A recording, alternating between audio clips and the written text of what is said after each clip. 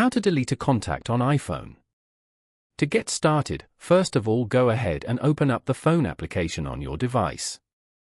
It provides features like a keypad for manual number entry, a favorites list for quick access to frequently called contacts, and a recents list for reviewing recent calls.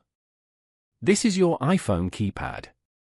On this page, go to the bottom panel and tap on Contacts in the middle. You can find all your contacts over here. Now, tap on the contact you want to delete.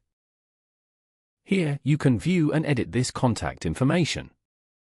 Go to the top right corner and tap on Edit. Scroll down to the end and tap on Delete Contact.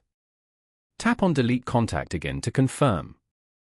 Following these steps, you can easily delete a contact on iPhone. Thank you for watching. Please leave a like if this tutorial helped you, or leave a comment below if you have any questions related to the video.